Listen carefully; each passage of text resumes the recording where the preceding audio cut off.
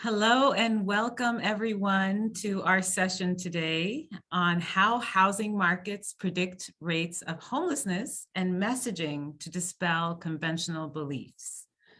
We're so happy to be with you, and let's proceed to the next slide. Great. So I just want to start by introducing myself.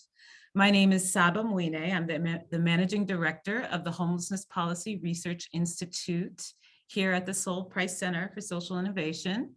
And it is my pleasure and honor to be your facilitator today. Next slide. We will be hearing new research from Professor Greg Colburn on his new book entitled Homelessness is a Housing Problem.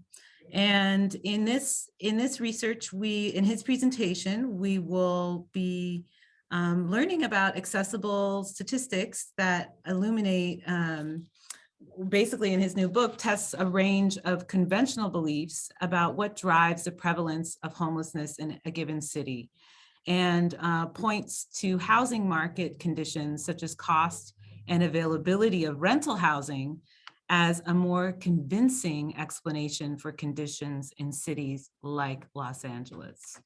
So we'll begin with his research, and then we will hear from a terrific panel. Next slide, please.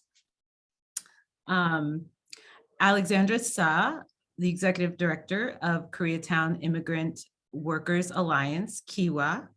So all of our panelists are local to Los Angeles. Veronica Lewis, Director, Homeless Outreach Program, Integrated Care System at HOPIX. Next slide, please.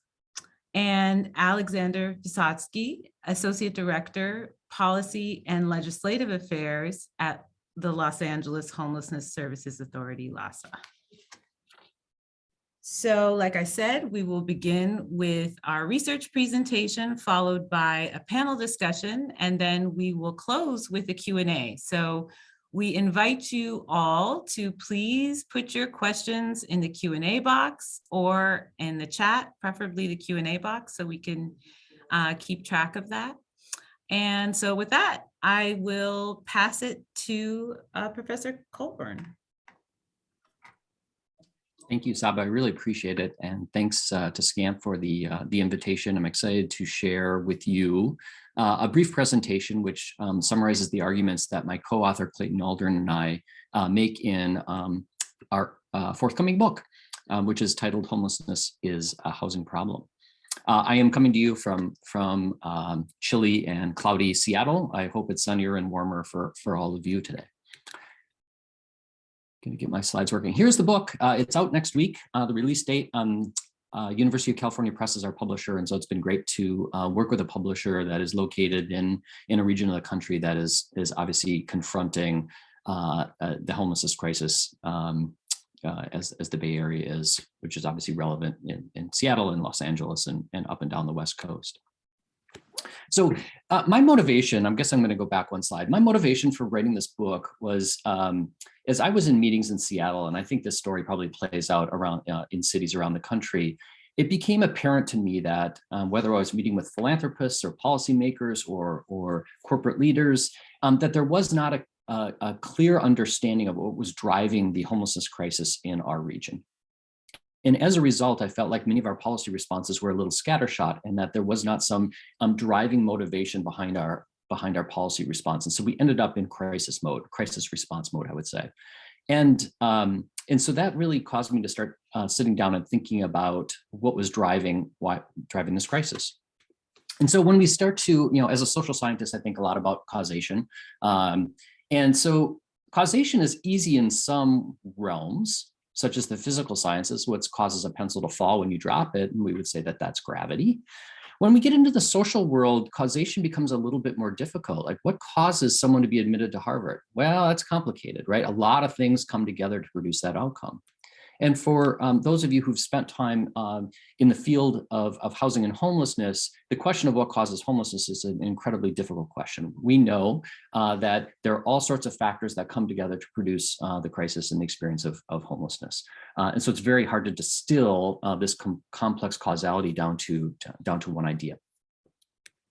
And so Each year, communities around the country conduct a point in time estimate of homelessness. And as part of that estimate or census, we conduct surveys. And so this is data from the Seattle King County survey, but similar information would exist in LA as well.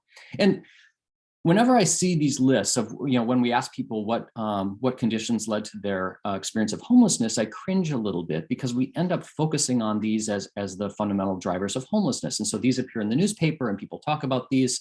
And I always say, I don't believe that divorce and separation is a fundamental driver of homelessness. Is it a factor? It absolutely is. But if that really were the driver of homelessness, we would have a lot more homelessness in this country, given that half of marriages end up in separation or divorce. And so what my co-author and I do in the book is to draw a distinction between a root cause and a precipitating event. Domestic violence is clearly a precipitating event for homelessness, and one that we need to pay close attention to. But that is different than a fundamental root cause. So an analogy that I like to use in a story that I like to tell for people to try to explain this difference between a precipitating factor or a root cause is the game of musical chairs.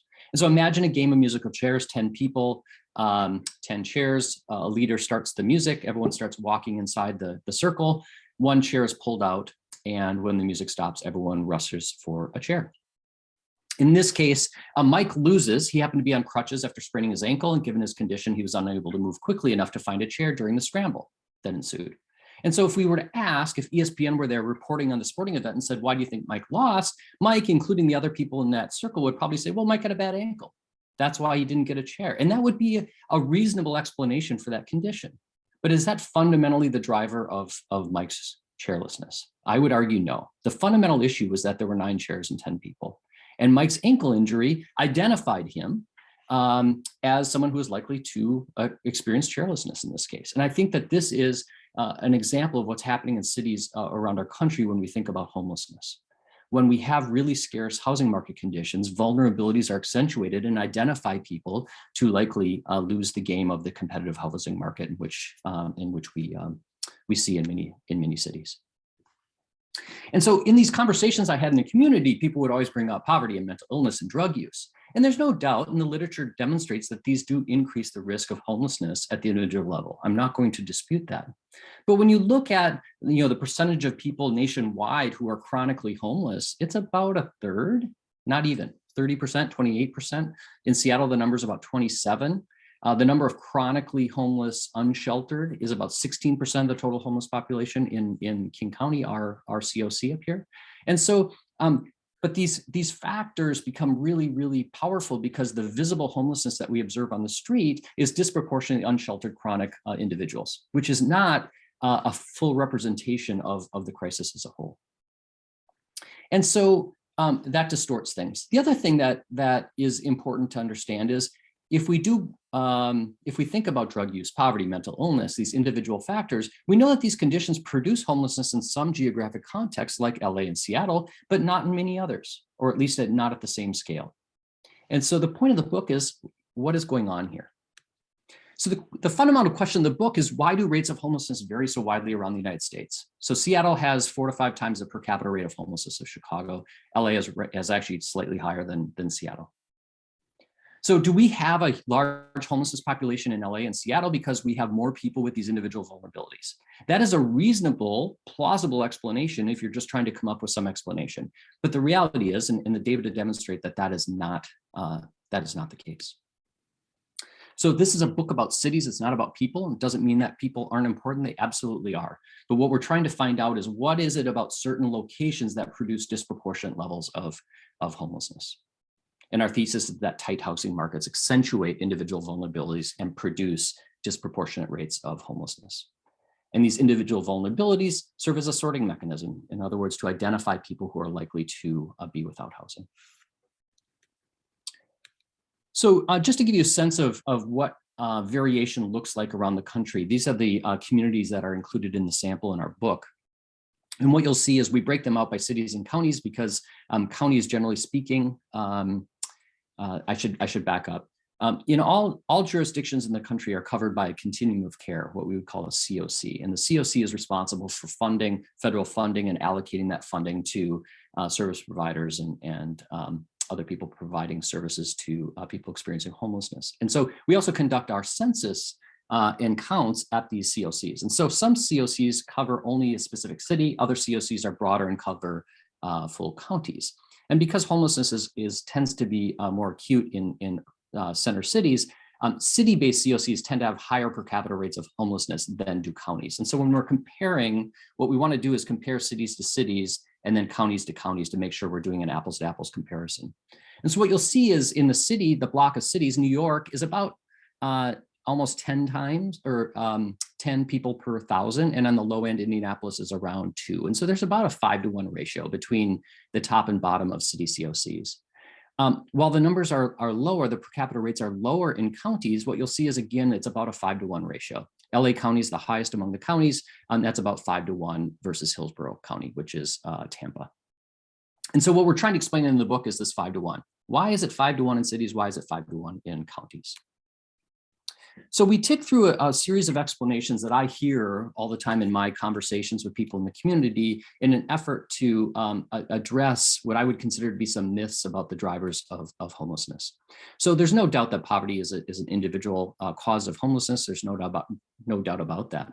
But when we look at poverty, from city to city and county to county in the United States, what we observe is that there's actually an inverse relationship. And so the statistic here, R squared, is a measure of variation explained. And so the higher that number gets, the closer it gets to 1, would suggest that we're explaining more variation. So in the social sciences, 0.2, 0.3, 0.4 starts to get interesting. Numbers below that would suggest that there's not a lot of explanatory power here. So we have some explanatory power here, but it's actually in the opposite direction of what we might expect. So the x-axis or bottom axis here is rates of poverty. And so what we see is that where there are higher rates of poverty, there are actually lower rates of homelessness. And conversely, cities that are relatively affluent with lower rates of poverty tend to have higher rates of homelessness. So Detroit is the prime example. It's the most impoverished city in the country, but it has relatively low rates of homelessness. And Seattle and San Francisco, which are very affluent cities, tend to have much higher rates of homelessness. So it's not that we have more poor people in these communities. That's not driving the disproportionate level of homelessness. We also look at rates of serious mental illness and illicit drug use. And this is actually collected at the state level. And so we're looking at the state rates of homelessness. But here what we see with the R squared of 0.05 suggests that there's actually no relationship. There is some variation in rates of homelessness around the country, but it bears almost zero relationship to rates of homelessness. So we don't have a disproportionate number of people with mental illness in places with high rates of homelessness. And the same is true with illicit drug use. Again, very, very low R squared. There is variation in rates of drug use, but it doesn't have any relation at all to rates of homelessness. Same with a substance use disorder, which would include illegal substances like marijuana or alcohol. Again, no relationship. So the individual explanations don't really provide much explanation here for why we would have a 5-to-1 relationship between high and low communities. And so then we, in the next chapter, look at local context. And I hear a lot of things that there's something unique about the West Coast, these West Coast cities that produce disproportionate rates of homelessness. Weather is frequently mentioned. I think LA and San Diego are convenient examples when people think about warm weather and homelessness. But what they don't think about is that there are a lot of places like Seattle and New York and Washington, D.C. and Boston that have very high rates of homelessness and frankly aren't that pleasant, especially in January when we count the homeless population. And so when you plot total homelessness against weather, what you see is zero relationship. There are cold places with lots of homelessness and there are warm places with not very much homelessness. It's just, we have a few examples that stick out in our minds and we think of San Diego and say, well, of course we're gonna have high homelessness in San Diego because of its moderate, temperate, and generally pleasant weather. But the data doesn't really support that. There is some relationship when we dig down more deeply looking at sheltered and unsheltered homelessness, and we include that in the book. I just don't have time to go through that today, but that is an interesting conversation. The other thing that I hear a lot is that there is some pull to certain cities, and that might be generous benefits cause people to come there and experience homelessness because it's far better to be homeless in a generous place than in a stingy place.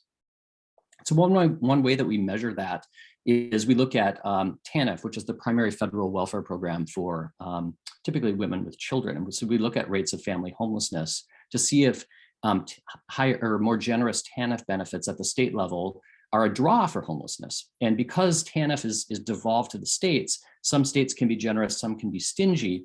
And we divide that maximum benefit divided by the cost of living in terms of 2-bedroom rent. What we see is that there's huge variation in TANF benefits. Some places are very generous, some are very, very stingy. But what we see is there's no relationship to homelessness. So this idea of a magnet effect doesn't really hold up when you start to look at that. But I get a lot of pushback on this point. People say, I still don't buy that. And so we look at it another way, which is we look at migration. Is migration part of the story of homelessness? It certainly is. It certainly is. Population growth can certainly put stressors on real estate markets and housing markets. But what's interesting is we don't see disproportionate rates of low-income migration in communities where we have high rates of homelessness. In fact, it's the opposite relationship. So are there poor people moving to LA, poor people moving to Seattle? There are, but not in any disproportionate sense. And in fact, at lower rates than in many other communities. Philadelphia, Baltimore, Detroit have much higher rates of low-income migration, but they don't exhibit the same rates of homelessness. And the first time I did graduate school at the University of Minnesota, and I was working with Hennepin County, the county there. And someone mentioned to me, well, we have a lot of homelessness in Hennepin County because it's people from Chicago. And I said, oh, that's interesting. And I kind of set that aside, moved to Seattle, and everyone said, well, it's people coming from California. That's why we have homelessness. And then I was in meetings with people in California who said, well, we're a magnet for homelessness because of our generous benefits. And so it's interesting when you start to look into this and look through press accounts, there are a lot of people who believe they're a magnet for homelessness. And by definition, not everyone can be a magnet. And there's just not a lot of data to support that argument. The last thing in terms of community explanations is politics. Many people will say, well, it's left-leaning, it's Democrats in these cities that explain high rates of homelessness. They tolerate it, they have generous benefits, and that's the explanation. And what's interesting is when we looked at our sample, which is about 30 metro areas around the country, we actually looked at who governed those cities. And in the 12 years of the sample, Democrats were in charge 85% of the time. So generally speaking, Democrats run cities in the United States, not just on the West Coast, but everywhere. Republicans were in charge about 8% of the time, and I think that was Miami and San Diego for a brief period of time had Republican mayors, and then Mayor Bloomberg, when he was running New York, was an independent. But generally speaking, Democrats run cities. But so I don't see, well, we argue that can't explain variation because Democrats are in charge and have been forever in Chicago and Cleveland, and they don't have a problem with homelessness. And so what we argue is that there has to be something else going on. These contextual local context issues can't explain this variation.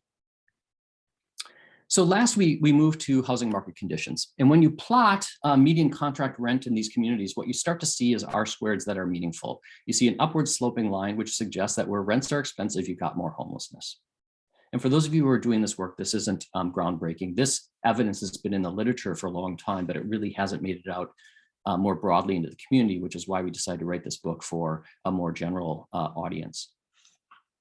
A related variable is vacancy rates. And what we see here is that as vacancy rates go down, homelessness goes up.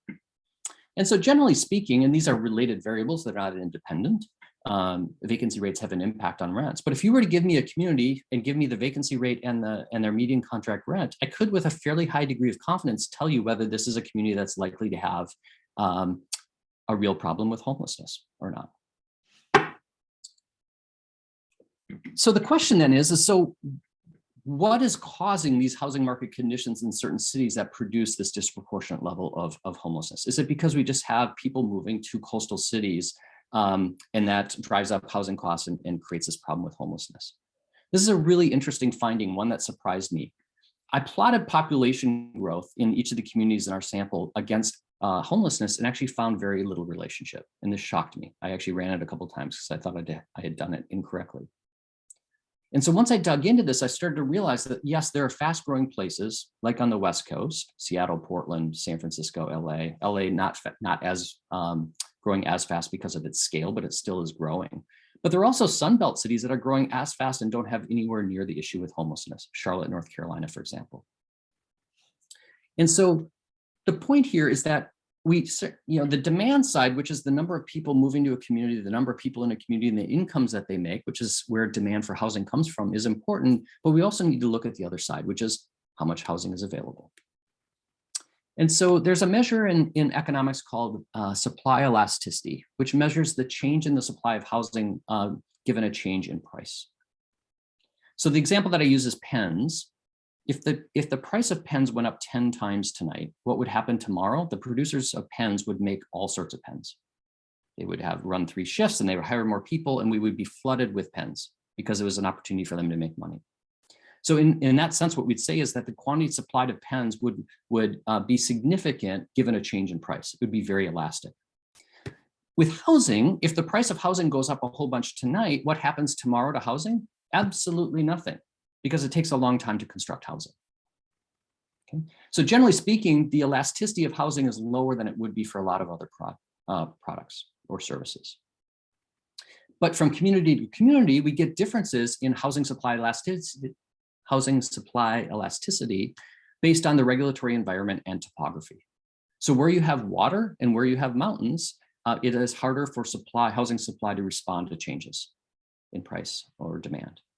And where the regulatory environment is difficult, where it's hard to construct more housing, you'll also have lower supply elasticity. And so when you plot supply elasticity and population, so on the bottom x-axis here, we have change in population over the last decade. So the cities on the right are the fast growers. On the y-axis or the vertical axis, we have housing supply elasticity. The higher the numbers would suggest more elastic housing markets, meaning they will build more housing when there's higher demand. Numbers below 1 suggest inelastic housing markets, meaning you can grow, but then you don't build enough housing. And so what happens is kind of the perfect storm for homelessness are the cities in this lower right quadrant that are growing very rapidly, but are not building enough housing in response because of their inelastic housing supply. And you can see LA down there got very low supply elasticity. Its rate of population growth isn't as high as some of the smaller fast growing cities, but it still is growing. Okay. What you'll see in the upper right corner are really fast growing cities with elastic housing supply. They build a lot of housing. And so the numbers in parentheses are actually rental market vacancy rates. And when those numbers get below 5, we would start to say that we have a deficit position of rental housing. So all the cities in this lower right quadrant, including LA and New York, have really low rental market vacancy rates, which suggests a very inhospitable housing market. And what you'll see is those cities in the upper right-hand quadrant, the Sunbelt cities, even though they've grown pretty fast, their rental market vacancy rates remain pretty high, and the rent's much more moderate because they've accommodated that growth with additional housing supply. And so there's a couple ways to get to low rates of homelessness. One is you can build a lot of housing like the Sun Belt did, or 2, you can basically lose population like the Rust Belt. And since no city aspires to be a victim of industrial decline, we need to start thinking about how are we going to respond to continuing increases in population from the supply side. And so when people say, well, what do we need to do? Ultimately, we need a housing system that responds to the demand for housing in a much better way. And so I frequently say that right now we have operating investments that are funding housing support at the federal, state, local level, and those investments absolutely need to continue. But we also need to start thinking about how are we going to make the capital investments to construct more housing. Some housing can be built in the private market, and I strongly encourage developers to do that because we need these vacancy rates to go up and to take some pressure off the market. But we also need public support for housing that is affordable to people at middle incomes and much lower incomes. And so when we think about middle income housing, affordable housing, and supportive housing for people experiencing homelessness, we need dollars to construct that housing. And we need support from the community to ensure that that housing can be built once we have the funding. So land use becomes a very important idea. Environment becomes a very important idea. And ultimately, I would argue we need to think about how to frame housing, not necessarily as solely a private good, but as a public infrastructure investment. Housing is infrastructure, and a lack of that infrastructure creates huge challenges for individuals, for families, and for the community as a whole. And we're seeing the consequences of that in LA and in San Francisco and in Seattle right now. And so I would argue, and what we argue in the book is that if we continue to think about homelessness as a problem of the individual, that will undermine our efforts to prevent and end it. Okay? If we think about homelessness as a structural issue, and that we have a structural understanding of this crisis, then we can start to think about the structural responses to homelessness. And when people say, well, how can we be sure that providing housing to people is going to help this? I would always say, well, we have a bright spot. We have an example. We have cut veteran homelessness in the United States by half over the last decade. And how do we do that? We provided people housing. We either gave them purchasing power to get into housing, or we gave them a housing unit. And so while it is hard work and while it will be expensive, I believe that the evidence exists to demonstrate that further investments in housing will put a dent in this crisis of homelessness. What I'm really confident in is that if we continue down the same path and do not address the acute shortage of housing at all levels, this crisis will not disappear. And so I really appreciate the opportunity to share these ideas. I'm excited to hear from the panelists, and happy to answer questions that you have at the end of the session. Thank you. Thank you so much, Dr. Colburn, for your presentation. I think many of us on this call were really happy to see and hear your data, particularly around these conventional beliefs around substance use and good weather and migration and resources. Super helpful to get that image and understanding about elasticity, supply elasticity. And really appreciate too your pointing out the dichotomy between seeing it as sort of this individual problem versus a structural understanding that requires structural responses. So thank you very much. And so really excited to get into our panel conversation. And I'd like to start first with Alex. So would love to hear, would love it if you could share with us in terms of the local context, what are the data points and gaps that currently, and what is the continuum of solutions available as of now? Yeah, absolutely. Thanks, Saba, and thank you, Dr. Colburn, for that really, really helpful presentation that I think just really resonates with what a lot of us have been feeling, thinking for years now, and just feels like it really gives the data points that just make it so crystal clear. You know, in terms of the gaps, LASA, in our role as kind of the lead for the LA homeless system, we produce what's called the Homeless Services Systems Analysis every year, which is also known as kind of a gaps analysis. And essentially what this is we look at the homeless services system as it exists versus the homeless services system that we actually need to efficiently move people out of homelessness and start, you know, achieving dramatic reductions in homelessness.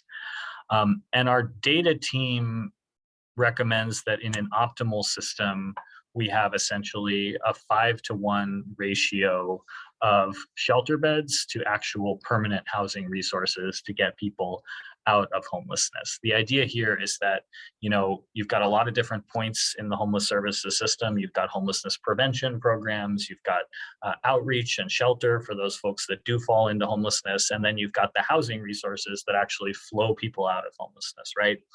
And you need all of those kind of working in balance to ensure that you're quickly moving people off the street and don't have persistent homelessness. So we have that recommendation, right, of a 5-to-1 ratio to ensure that when someone does fall into homelessness, we can quickly get them out and get them into housing. The reality we are actually living with is we have about a 1.5-to-1 ratio. So we've got about 1.5 housing resources for every shelter bed that we've got on the street. And what that means is essentially we've got people falling into homelessness. Sometimes we can get them into a shelter bed, get them somewhere immediately off the street, and then they get stuck there. We can't move them into a housing resource because there's nothing available. And then they're sitting in the shelter bed that's operating as kind of a de facto housing system for them. And then we have, you know, really high occupancy rates in our shelter beds. We can't turn them over. We can't move people off the street and into those kinds of resources. So, with that, I think that's evidence that we need not just lots more housing resources. When I say housing resources, I don't just mean kind of new construction of units. It can look like a lot of different things. Saba, to your question about the continuum of housing resources that we need those kinds of supportive housing and enriched residential care facilities for folks that have kind of the most acute needs. We need rental subsidies so that we can utilize existing market rate units, and that we can utilize kind of shared housing situations. We can move people off the street right now with those kinds of rental subsidies. In some cases, it's just a matter of having, the case management and housing navigation for someone to get them into an available housing unit or get them into an affordable housing unit. So there's that whole kind of continuum of solutions that we need. And then, most importantly, that gap is on the homelessness prevention side. What do we know prevents homelessness better than anything else? The availability of affordable housing and the availability of strong tenants' rights that essentially can keep people in their housing units. And I know Alexandra and others might touch on that a little bit later, but those are also huge gaps. We're moving people out of homelessness at a fairly rapid clip, even with the kind of bottlenecks in our system. 20,000 people per year are essentially housed in LA County out of homelessness. But people are falling in faster than we can essentially move them off the street. I think the stat we usually put out there is that 205 people in LA County exit homelessness every single day, which sounds like a great number. But we've got 225 people falling into homelessness every day. So we're continuing to fall behind even as we kind of scale up that kind of homeless services system. And yes, I think to Elizabeth's point, rental subsidies certainly don't address the kind of issue of there not being a housing unit to get folks into. So that we do need that construction of affordable housing. We do need those kinds of programs like Project Home Key, where we're seeing conversions of existing, underutilized properties into housing. So a lot of gaps there, and a lot to talk about. Thank you, Alex. You really gave us quite a good spectrum in terms of all the continuum, and some really important points around us being at 1.5 housing resource to shelter bed versus at 5, where we would want to have many more options. And then I'm really happy that, and I know Alexandra is going to talk about it in more detail, but I'm glad that you mentioned the availability of affordable housing and tenants' rights as an important aspect of prevention, because I think a lot of the times we have to utilize our housing law, and we know that there is a disproportionate representation of Black, Indigenous people of color who experience housing issues. So very important point. So now I'd like to move to Veronica to give us a perspective from a service provider organization. If you could share with us some of the causes that have led people to homelessness that you work, that your staff has worked with at HOPIX. And then I have a follow-up question, but let's start with that. Okay. Sure. Thanks for allowing me to be a part of this, and Dr. Colburn, thanks for your hard work to really demonstrate what we all know so simply, that we need housing to move people off the street. But we at HOPIX, we see everybody on the gamut, so that the journey that have led people to their current housing instability, they vary differently. So we have teams of men and women going out to the streets every single day to take services and support to people who have been living outdoors now on the street and encampments and abandoned buildings and other places that humans are not supposed to habitate in, that have been living outdoors now for 5, 10, 15, 20 years. And naturally, regardless of what their initial reason was for ending up on the street, the compounding trauma and other societal ills and attached to folks that have been living outdoors that long, obviously, is where we do get, we do have some of the conversations about the needs for mental health and substance use, et cetera. But we also see people who are experiencing homelessness for the very first time and everything else in between. And so those folks may have had a medical bill that literally knocked them out. They may have lost wages. Obviously, we saw a lot of this with the pandemic. And although there's eviction moratoriums, there's loopholes always, as you all know. And so, you know, before COVID and obviously during COVID, we've seen people who have never experienced homelessness for the first time. And so they have, I always like to say, you know, there's a lot of people that have been poor for a long time and they've been able to piecemeal and figure it out. But when the bottom literally falls out and your support system doesn't necessarily have the capacity to support you and lift you up, then that's where you find yourself unstably housed. And so, you know, the bottom line in LA for me is the rising rents where the salaries have not risen to keep up with the rents is one of the reasons why we're seeing people experience homelessness for the first time. And even in LA, when there's a lot of progress, and in the state of California, where there's all these conversations about living wage, well, $15.90-something an hour still won't get you even a studio apartment at this time. And so at its core, for the folks obviously who, you know, are not necessarily chronically homeless, but the salaries are not keeping up with the rents, and people just cannot afford to live, and people without savings, and you all know the stats about how many people have savings, you know, more than $500 or whatever the threshold is. You have one life event, one emergency, and you've fallen out. And so, you know, I think that to add to what Alex said, and I know you have a follow-up question for me, I think the lack of like effective prevention support to keep people from falling out is something that we need to look at. Now, where does that land? Is it the responsibility of the homeless services system? I don't know, but we are clearly seeing, because even the progress we're making with living wage and minimum wage is not sufficient. You need at least $25 to $30 an hour to be able to live without having to choose between food, gas, and other things in LA. And people, unfortunately, are having to make those decisions. And sometimes they don't have the choice. They just end up outdoors. Mm-hmm.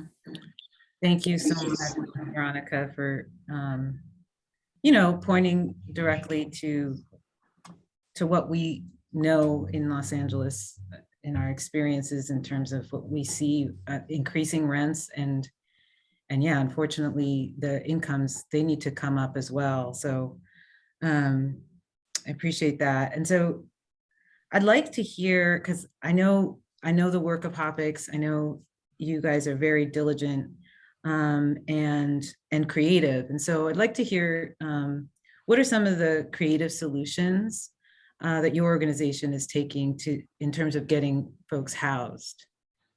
Yeah, we're doing a lot, and you know, some of it is risky, but we think it's worth the risk. And I just want to say, I want to preface it by saying, like, I think that the point that that Professor Colburn raised about regulations leading to low elasticity is really real in our region, and we definitely need to address those things so we can have more structured affordable housing. But at the same time, you know, I saw somebody mention, well, what about all these subsidies that exist? We because of the COVID or the CARES Act dollars, because of the emergency housing vouchers and all the other ways that our region has decided or chose to use these one-time emergency resources, we found ourselves in a position where we had all these subsidies, but the normal issue is nowhere to put people. And so naturally, while we advocate for more permanent supportive housing or affordable housing, we couldn't wait for that. So we started to get creative with how we did things. And so one of the things that we did was to begin to master lease. And master leasing in concept wasn't new to our agency because we've done it for interim housing sites, but we started to master lease for permanent housing, including our most recent one where we actually partnered with a developer who was bringing on private fair market rate units. And while the development was still under construction, we were able to weigh in terms of the construction design and make sure it had what we needed. And we have complete site control over that property of 28 units where we were able to identify folks that our teams have been working with. And, you know, yes, we took 28 fair market units off the market, but we used existing resources to use the vouchers or the subsidies that we had. The other thing, and we're continuing to try to push our system to take that type of model to scale, because you have thousands of units coming online. And certainly we have a low vacancy rate. So folks that are not stably housed, to be clear, need to access those units as well. But when we have an abundance of subsidies in particular right now in this moment, we don't have to wait for a brand new building to be built just for our population. They're a part of the community. We have all these units coming within the community, and so let's use them.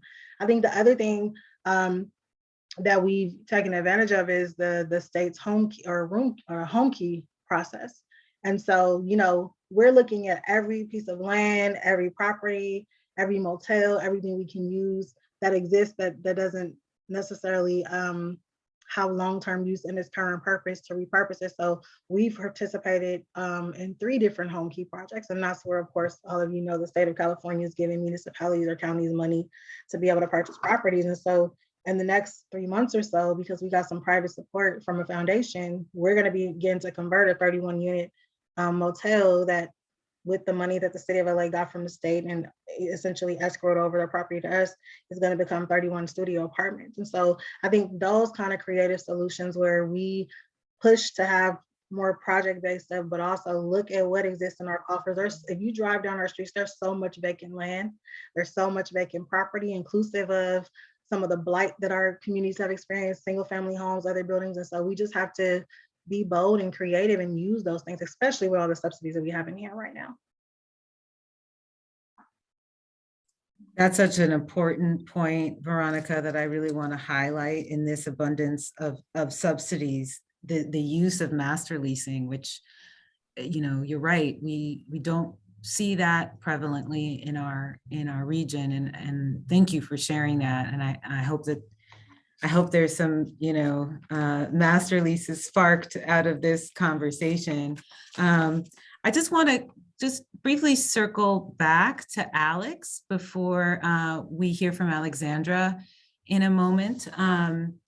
Just to touch a little bit on state and federal policy decisions that have sort of gotten us into this enormous shortage of available affordable housing. Yeah, I think, in light of Greg's kind of, or in light of Dr. Colburn's findings about kind of this really being a housing issue, it shouldn't really be a huge surprise that homelessness started going up when it did.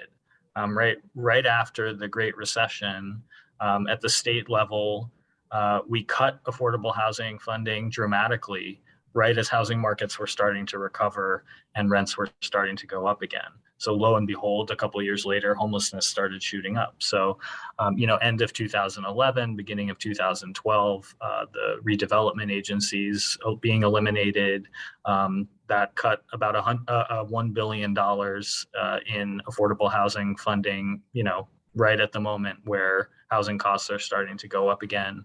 And then in the same respect, we've seen federal resources in a slow kind of long-term decline. The CDBG program, the HOME program, both of which can fund local governments to build affordable housing, preserve affordable housing, have declined by as much as 80% from their sort of heights in the late 70s. And then in the decade between 2011 and 2020, their funding for those 2 programs fell by about a third. Again, this is coming even as housing costs, land costs, all of which are rising. So you're getting even less bang for your buck with the existing dollars that we still had. With the pandemic investments and with state surpluses in the last 2 or 3 years, we're finally starting to see the level of funding for affordable housing come back to the levels it was at. But it was a really critical decade to miss this funding and have this funding get cut. Is almost the worst possible timing that this could have happened. So, I think as we're, potentially in a time looking ahead when we start to see the economy slow down, we need to really make sure that our state partners, our federal partners don't make those same mistakes and, go into an austerity mindset when we know that's really when we need to kind of double down on affordable housing and sustaining funding for affordable housing. That's really, thank you for providing that context, Alex, and really hearkening back to the point that this is a structural issue that was caused structurally. So really appreciate that. So Now I'd like to go to Alexandra. And thank you so much for the work that you do at Kiwa. And we understand that Kiwa is part of a coalition called United to House LA. And that coalition is advancing a local ballot measure to support more production. How might the measure support the solutions that we need? I'm so happy to be here to talk about that. And I want to say, first of all, I really appreciate Greg's presentation, the clarity with which you presented and the visual data you presented to make the argument that we on the ground have always known that the reason why people are homeless is because they don't have a place to live. You know, it's very simple. People are unhoused because they don't have a place to live that's indoors. And, you know, before I jump to United to House LA, I wanted to share something about Kiwa's own experience. So we, in partnership with LTSC, Little Tokyo Service Center, we developed an affordable housing project. And it has 52 units of affordable housing. And 18 of those units are for formerly unhoused residents, and then 34 are for our affordable homes, affordable housing.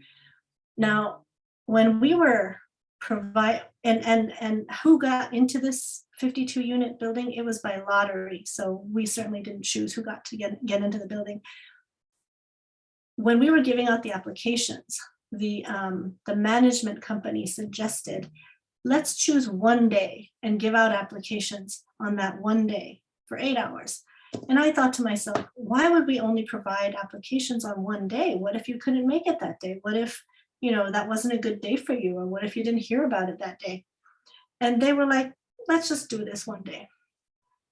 I understood why, because in that one day, despite all the, you know, people didn't hear about it, people couldn't make it, people didn't get there, people had something else to do. We got 33,200 applications for what was ultimately 34 spaces. So only 1%. And that was just one affordable housing project. I mean, that was just who ended up coming to Koreatown on that one particular day to get into that one particular building. And only 1% of those people got called in. We've also seen over the time period that we've been operating this project, which has now been 7 years, that providing someone who is unhoused with housing and supportive services is the solution to homelessness. We have had a 100% permanent housing rate in our building. Some people moved out, but it's because they moved out to somewhere else they wanted to live. No one has gone back to homelessness from our building, because despite all the challenges, all the problems, the divorces and the weather and the mental illness and the substance use, like all of those things are things that you know, COVID people are facing, but homelessness was not the result because they had housing.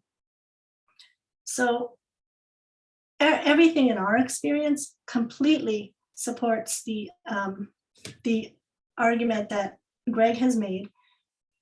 But one thing I wanted to share is that bringing together some of the things that Alex and Veronica have mentioned, I wouldn't want to give the impression that it is purely a supply issue, because it's not just the supply of housing, it's the supply of affordable housing that we need. And so I don't want to suggest that it's purely this, you know, just supply that's going to solve the problem, because I don't believe that the trickle down is adequate. That yes, housing prices may come down somewhat with a greater supply, but that will not solve the problem. So we need to have a system that makes housing not only more abundant, but also more affordable at the same time. So it's not purely supply. Now I'll get to the fun part, United to House LA. So Kiwa and several other partners, many other partners, came together to write a ballot initiative. And this ballot initiative asks that multimillionaires and billionaires, in these corporations who have the money, pay their fair share to solve our housing and homelessness crisis. What it does is it puts a one-time fee on property transfers of $5 million and up. Well, actually over $5 million. So if you sell a home that is $5 million or $4 million or $3 million or $2, it won't have any effect. It's only for properties that are $5 million and up. That fee will fund rental assistance, access to permanent housing, affordable housing. It would help build affordable housing, and it will create good construction jobs. And with this is the most ambitious housing and homelessness solution that I believe our city has ever seen. And it will make a true difference in the housing and homelessness crisis for all the reasons that Greg and Veronica and Alex have indicated. Now, right now, we're in the process of qualifying our ballot initiative for the ballot in November. And so we're going all around knocking on doors throughout Los Angeles, asking voters to sign and say, yes, let's put this on the ballot. Now, over the next few months, so please, if someone comes to your door and knocks and you are a voter in the city of Los Angeles, please sign this petition.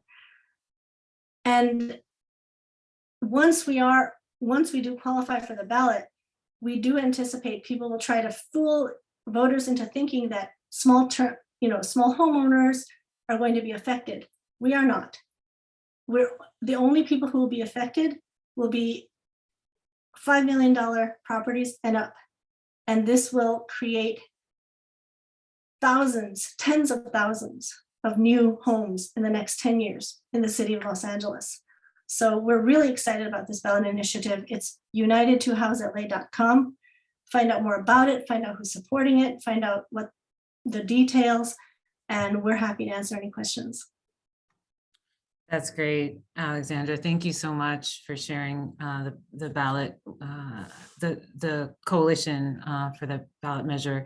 And it really, let's use the money that, there's so much wealth. We're in a high wealth city, like, Greg had illuminated for us. And so makes a lot of sense to me. So I see there is a lot of great questions in the chat, and we kind of want to get to that sooner than we anticipated because we have so many. But I did want, Veronica, just for you just briefly to share a little bit about that intersection of race just before we get into it. Yeah, I think the intersection of race, the justice involved system, et cetera, have to be lifted up here. And obviously, Greg has said, and I wholeheartedly believe poverty is not the cause of homelessness, but I also do believe that within the structure of the inequities and the disparities, and in some cases, the racist policies that have led us to where we are, homelessness is the most extreme manifestation of poverty. When you couple that with the lack of considering housing as a structural and infrastructure issue, and you couple that with the overrepresentation of Black and Brown people experiencing homelessness. I sit on the steering committee for Black people experiencing homelessness because of the disparity being such a high number. And so I just want to lift up, while poverty is not the cause, I think that when you have systems and lack of intentional investment in communities, and quite frankly, when the inequities have not been adequately addressed, that contributes to it as well. And that is definitely a part of what we're seeing in Los Angeles. Absolutely. And I will point out just real quick that Black people are more likely to experience homelessness in every state of our country. So it is absolutely a pervasive organizing force. So thank you, Veronica. So let's get to— can I just follow up on that? Just one point. I just want to make one point really clear. Poverty is absolutely a cause of homelessness at the individual level. There is no doubt about that. What our chart is showing is that it doesn't explain regional variation.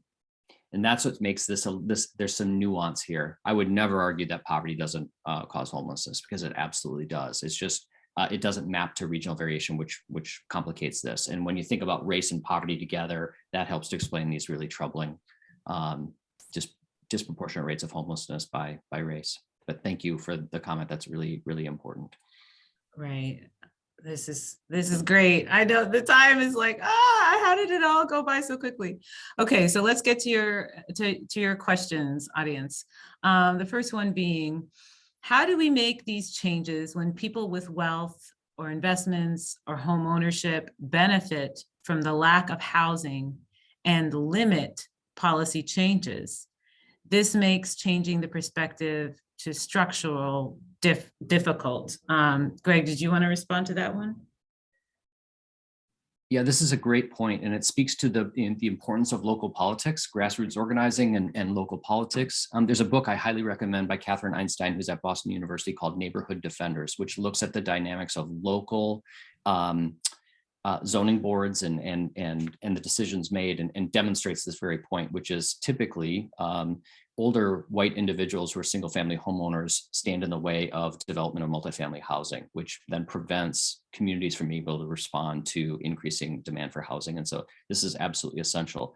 I would say the shining example here is the city of Minneapolis. There was a grassroots group in Minneapolis that formed a coalition called Neighbors for More Neighbors. And they shifted the narrative on this and said, rather than us thinking of this as a zero sum, more people coming here is bad, let's flip it and to say, this is a nice neighborhood. Why wouldn't we want more people to have the experience of living here? And that really shifted the narrative, and they ultimately changed zoning across the entire city. And that was a key input. But the question is spot on, and it is a major impediment to change. Right. Thank you. Did anyone want to quickly touch on that? I'm a little, we just have so many questions. Maybe I should go to the next one. All right. Number 2, we often hear complaints from people about how much has been invested at a state level in homelessness over the past few years, but they haven't seen a change yet. Of course, building housing takes time, and there was a pandemic. But how would you respond to this rhetoric? How would you argue that we actually need more investment? And I'll just point out real quick that I think out of all of our sort of state and city and county resources, this, from what I understand, I know that we still don't have an ongoing source of funds on the state level. And so I just wanted to add that caveat that perhaps it may have been more local funding. But Alex, did you want to respond to this question?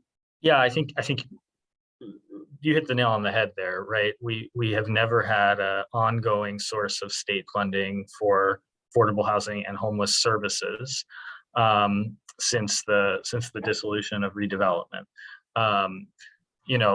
We had virtually no funding for the homeless services system coming down from the state until the FY 2018-2019 budget year, when they first approved the HEAP program, which was a one-time $500 million program. Since then, there have been one-time allocations of funding each budget year, which usually hit local accounts about a year after they're approved by the state. So, last June, there was all this trumpeting about huge investments from Governor Newsom's office, which are great, historic. We're appreciative of that. Most of that money doesn't actually show up in local cities and counties until about 1 year later. So, we're looking at a problem that is decades in the making, the result of decades of underinvestment. The state starting to step up with one-time sources of funding is really helpful. It's a great step in the right direction, but we've got a lot of lost time to make up for. We are going to need to see sustained investment, because when we have one-time sources of funding, and Veronica can certainly speak to this, we're putting our service providers in a situation where they have to scale programs up, and then we have to change the source of funding, change the outcomes we're asking them to track, change who's potentially eligible to be served by funding, and then we ask them to scale back down and scale back up again. It's so important that we get that kind of sustained, continued, consistent investment in homeless services and in affordable housing, right? We would never ask, for example, the education system or our schools to be successful if we said, hey, you know what, every year you have to go back up to Sacramento to demand funding, or otherwise you might not get it. And if you do get it, it's going to completely change from the funding that you had the previous year. So I think that question is so important. I'm so glad it was asked. Yeah, thank you so much for that response. Makes a lot of sense. This next one I'd like to give to Alexandra. Any advice on helping translate this information to folks who disagree, those stuck in the conventional beliefs and aren't likely to attend a panel with such knowledgeable folks? Well, I think that Greg has given us a lot of information and data that we need to share to show that, well, if the problem of our unhoused neighbors, if you see that as a problem, regardless of why you see it as a problem, maybe you care about the people's human rights, maybe you just care about your property values. Well, either way, if this is a problem that our cities need to solve, then it behooves us to look at the actual reasons, the actual causes, and address those issues. So even if there are people who don't approach things from a social, economic, and racial justice lens as we do, even if they don't care about our community members, they still have to care about this issue, and they still have to be part of the solution. And so it's not those, those other arguments that Greg has so clearly and elegantly refuted. We just have to spread the word around that, because we need solutions that will work. And we can bring together everyone who sees homelessness as a problem, regardless of why they see it as a problem. We can come together around solutions that will work. Mm-hmm. Hear, hear. Go ahead, Veronica. I just want to offer, I think that for some people who have held these preconceived notions for so long, they just have to, people connect with people. And I think when I'm in those kind of settings, I ask, like, have you ever known somebody who slept on someone's couch, right? Or just stay with you. Try to make it personal. And even if they don't, I think that it's important that we tell all the stories, right? So some people, when they think about people that are unhoused, they think about people on the side of their freeway. And certainly those people don't have a place to live. But there are so many people that are experiencing housing instability to go to work every day, to shower at gyms, to sleep in their cars, that are hidden homeless, as we call them. And I think that the more we can lift those stories up and have those people tell their own stories, then people can really start to understand, like, this is a structural, and I'm going to really start to use that terminology. I'm going to shift my language even. This is a structural and infrastructure issue, not a people who, but I think the human stories is what gets people to start to understand, for people who they think are just like them. I hate to say that, but I mean, it just has to be relatable. There's people from all walks of life that ended up unstably housed. And so to tell the stories for people who are, folks who have been somewhat jaded by all this conversation can identify with, shows them that it can happen to anyone. Mm. And if I can just add on to what Veronica just said, the people in our building, it's a completely multiracial, multi-ethnic building. Many different racial and ethnic groups and languages spoken. Of the folks who are formerly unhoused, some of them are transition age youth, and some of them are people who've experienced domestic violence and sexual assault. Now, all of those folks were unhoused before they came to live in our building, Casa Yende, and all of them had experiences that were precipitating factors in becoming unhoused. But all of them now are permanently housed, right? I mean, it's just, you have to provide housing, and for those who need it, supportive services. That is the solution. So yes, I totally agree with what Veronica said, that it can be any of us, and the solution is, despite all our diverse experiences, the solution to homelessness is housing. I know, we can't say it enough. The solution to homelessness is housing.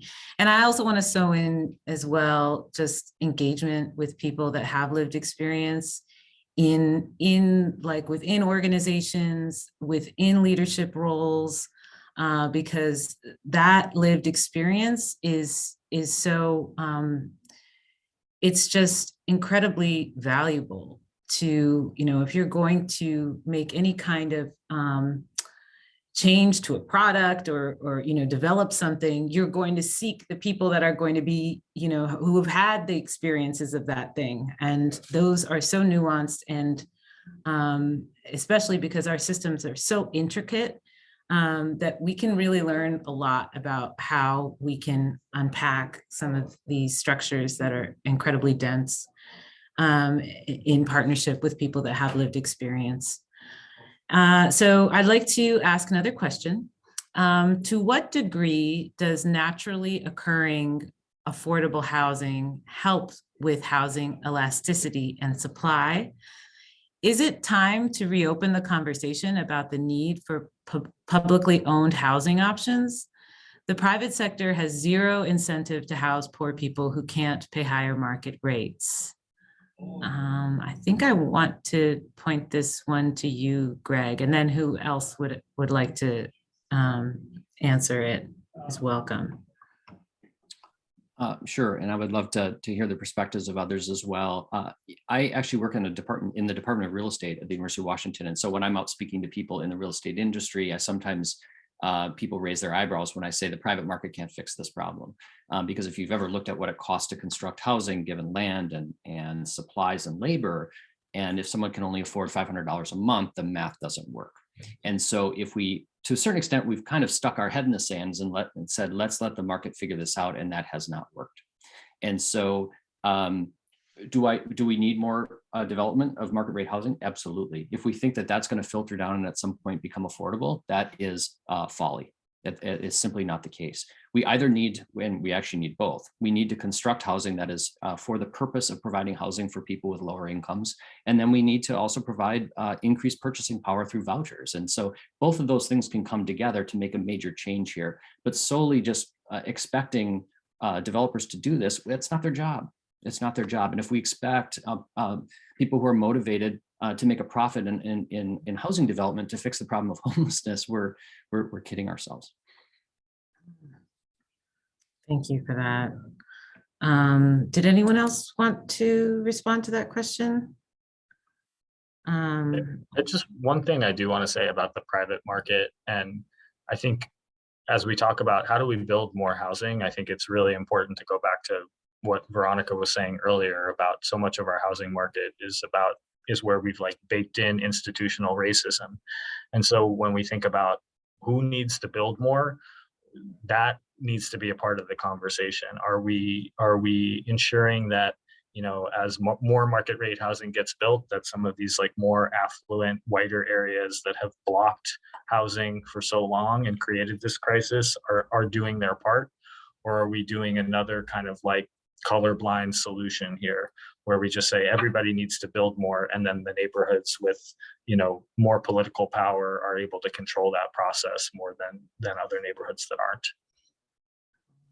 Thank you for raising that. So I think we have time for maybe one more question. Okay, so here goes. I think you briefly mentioned regulatory environment as a factor in housing supply. Can you say more about this? Well, the regulatory environment is a key input into understanding supply elasticity. And there are places where it's easier to construct housing than others. And some of these regulations make perfect sense. They're environmental regulations that I think a lot of people on this call would probably say are a good idea. That does potentially complicate or increase the cost associated with construction, and we just have to acknowledge that. San Francisco is, I think by most measures, the most difficult place to construct housing in the country. And they have just not been able to keep up. And part of that is regulatory in nature. Part of it is the fact that they have mountains and water. And so I was on a call with our new mayor in Seattle, and someone asked the question of how can we get a permit in less than a year? There are some very small things that can be done such that if you have land, you need to be able to get a permit, you need to be able to construct, we need to think about land use. There are all these things that can come together that can make housing easier to build. And should we do all those things? Absolutely. Now, just pulling regulatory levers will not fix this. We still need public investment to construct housing that's affordable to people with very low incomes. But it's one tool in the toolkit. And so at this point, given the scale of the crisis, I want to pull all of these levers because we need them all working to support this. But I don't want to leave people with the impression that there is a silver bullet. One regulatory tweak will fix this, because that's not the case, and I wouldn't be truthful if that were the case. But I do think we need to look at this. And then the last thing I'd say on that is occasionally people will pit the climate or environmental justice with housing, in the sense that if we get rid of regulations that are environmental in nature, more housing will create a worse environment. I would argue that denser housing with shorter commutes, with more reliance on public transportation, is a solution not only to the climate crisis, but also to housing affordability and access. And so I don't believe, are there times they might come in conflict? Possibly, but I think generally speaking, denser housing in the center city would be a good response to both of these crises that cities are facing right now. I would just like to jump in and say, I completely agree. And to add to that, the good jobs component to United House LA, that it isn't about playing off housing and jobs against each other. We need good jobs and we need housing. And we have to find policy solutions that'll align them. Same with environmental solutions. Yeah, thank you for that, Alexandra. I think that's an important theme. You know, we need to think about the continuum of solutions, as we kind of started with that concept at the beginning. So we are now at close. I want everyone to know that SCANPH will be sending out the slides and video recording following this. Unfortunately, we weren't able to get to all of the questions, but I feel pretty confident that we got to mostly all of the themes that were within the questions. So we can't go over. We have to kind of respect our panelists' time, but I really appreciate. We've all talked enough that you know what we would say. Exactly. You can just imagine in our heads what everyone would say. And yeah, it's just been so great to have such a robust chat. And I think this was just so well attended. So thank you to each of our panelists for your vital work. We really appreciate you, and sending lots of appreciation to our audience for understanding the importance of these issues, and for spending time with us. And we really love all your thank yous in the chat. Thank you so much. And be well, everyone. Take care and have a great rest of your weeks. Take care.